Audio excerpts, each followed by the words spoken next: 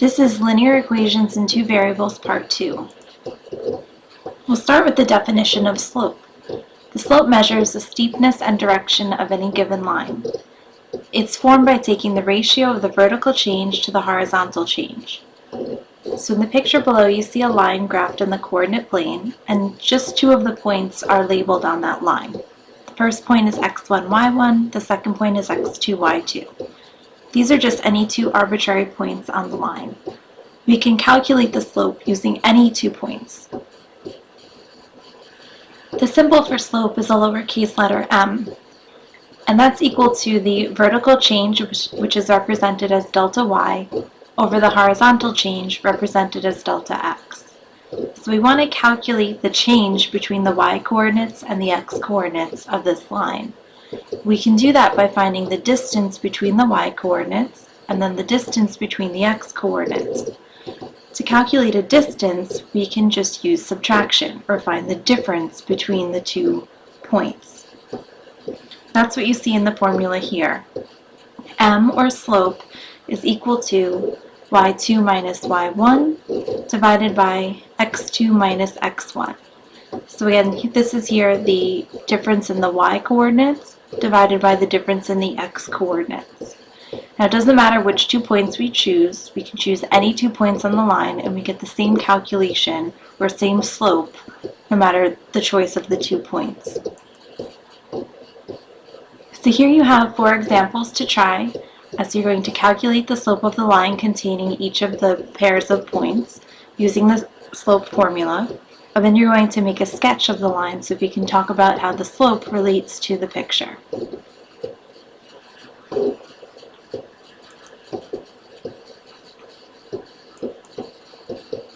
In the first example, we have 2 points, 2, 3, and 5, negative 4.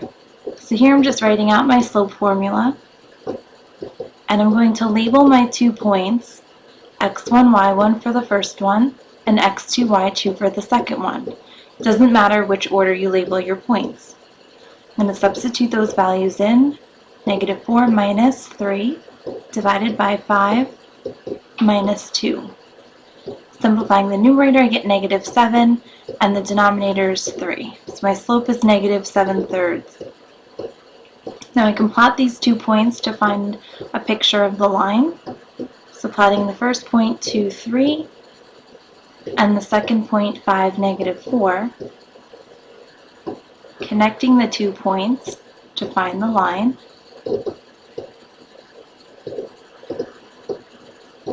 And I see that this line is going downhill as I'm walking on it from left to right, and we call that a decreasing line. So we have a negative slope and a decreasing line. Second example, write out my slope formula once again, y2 minus y1 divided by x2 minus x1, label my points, and make the substitution. Slope is equal to 2 minus negative 1, be careful of that double negative, divided by 6 minus 3. That gives me 2 plus 1 divided by 3, or 3 over 3, which is equal to 1. So here my slope is positive 1. Plotting the 2 points, my first point, 3, negative 1, and the second point is 6, 2. I can connect these 2 points to find the line, and I see that if I were walking along this line from left to right, I'd be going uphill, and we call that an increasing line.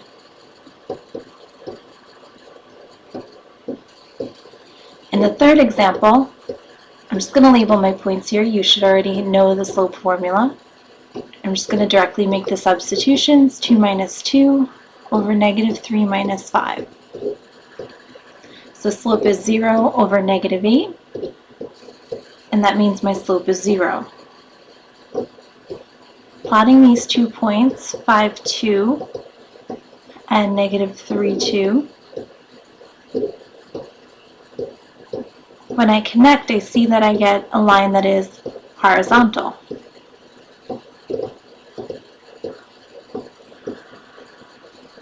So when my slope is 0, I have a horizontal line.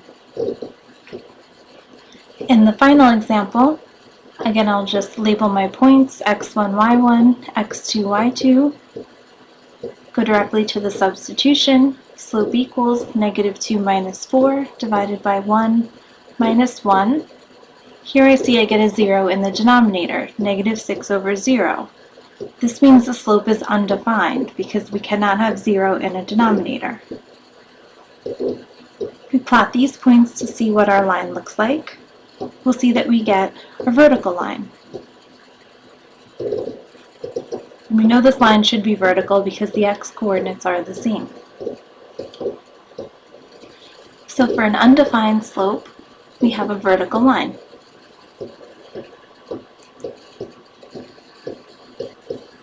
So let's just summarize the 4 cases that we saw in our examples.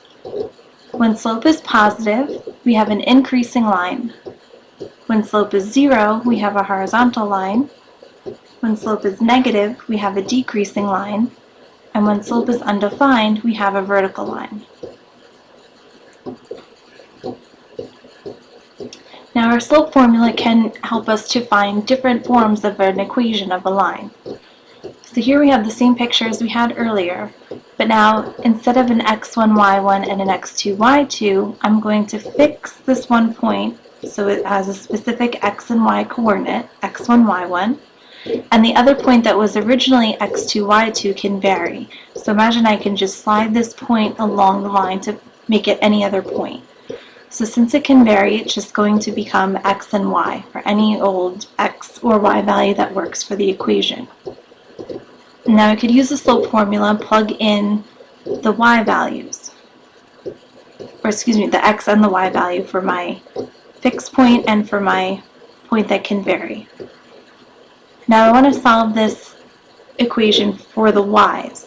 So I'm putting the slope over 1, and then I can cross multiply to get y minus y1 equals m times x minus x1. This form is very useful when we're writing equations for lines, and it's called the point-slope form because it's used if we have a point, x1, y1, and a slope, m.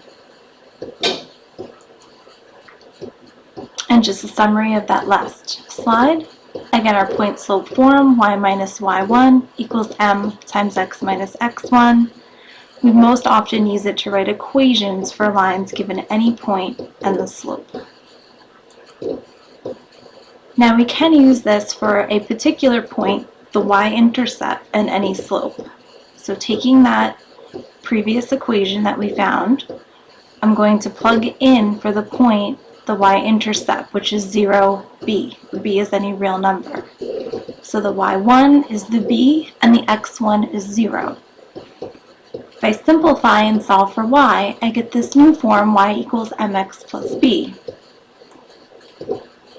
This is a very special form of a line because it allows us to graph very quickly.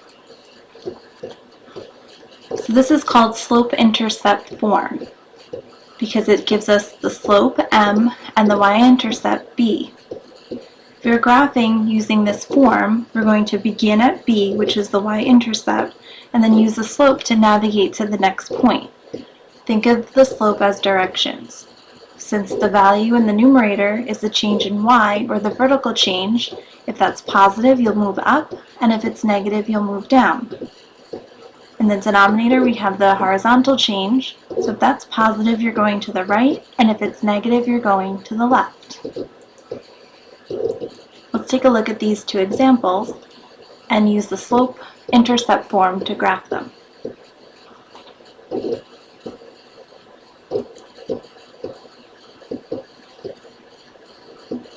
Let me go back to the beginning here. Okay, taking a look at the first example, we have y equals -2/3 x plus 1. So here my slope is -2/3. I'm going to put the negative in the numerator, so that tells me to go down 2 and then 3 to the right. My y-intercept, or b, is 1. So I'm beginning at 1 on the y-axis, and then from there moving up down 2 units and 3 units to the right. Down because the vertical change is negative. I could do that again to get a third point, down 2, 3 to the right, and then connect the 3 points, extending my line and putting arrows on the end. Notice my slope was negative and my line is decreasing. For the second example, I do not have it in y equals mx plus b form, so I need to put it in that form by solving for y. Adding 4x to both sides, I have y equals 4x minus 8, which means my slope is 4, or 4 over 1, which means I'm going up 4 and 1 to the right, and my y-intercept for b is negative 8. So beginning at negative 8 on the y-axis, I will then move up 4 units, and then 1 unit to the right. I can do that again, up 4, and then 1 to the right, and since I have room, I can do that a 4th time, up 4 and 1 to the right. Now, all these points should seem like they form a line, and they do, so I'm going to go ahead and connect them. The scale is a little off here, so I'll just fix that point, extend my line, and put arrows on the end. So we can use this anytime we want to graph a line by using the slope and the y-intercept. But in general, any of the 3 methods we've seen so far, plotting points, using x and y-intercepts, or using the slope and y-intercept, can be used. This concludes our series on linear equations in 2 variables.